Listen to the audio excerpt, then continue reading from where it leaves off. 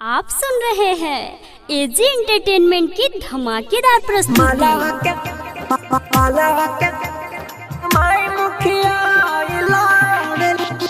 DJ AG recording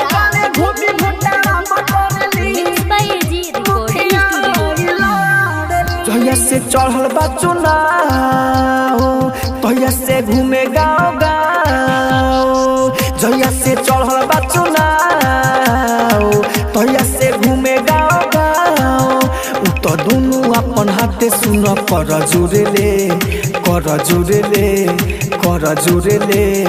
गावे गावे घूमी भोटावा बटोरेली आ मालावा के माई मुखिया लड़ेली गावे गावे घूमी भोटावा बटोरेली आ मालावा के माई मुखिया लड़ेली डीजे मोहित राज मालावा के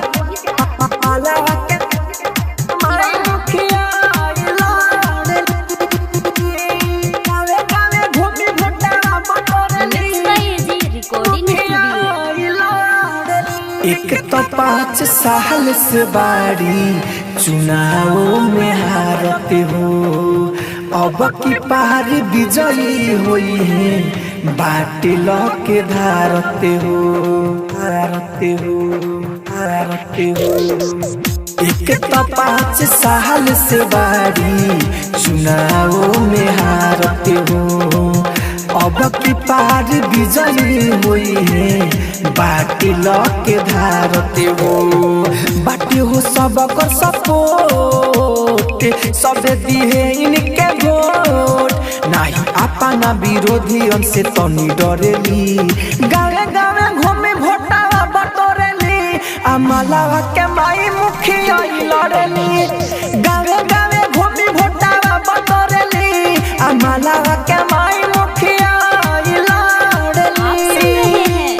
एजी एंटरटेनमेंट की धमाकेदार प्रस्तुति।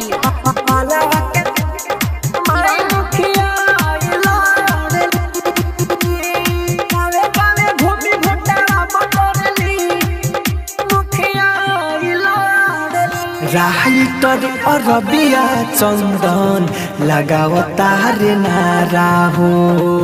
एक ही तो महिला रसे भैल बाड़ी खड़ा हो राइटर अरबिया चंदन लगावता रे नारा हो एक ही तो महिला रसे भैल बाड़ी खड़ा हो बाटे पूरा पर चार इहे जीती है अब के बार राहुल राजधानी पर पूरा जिम्मा छोड़ेली गावे गावे घूमे भोटावा बटोरेली आ मालावा के माई मुखिया लड़ेली गावे गावे घूमी भोटावा बटोरेली आ मालावा के माई मुखिया लड़ेली। एजी रिकॉर्डिंग स्टूडियो रोशनपुर सपहा।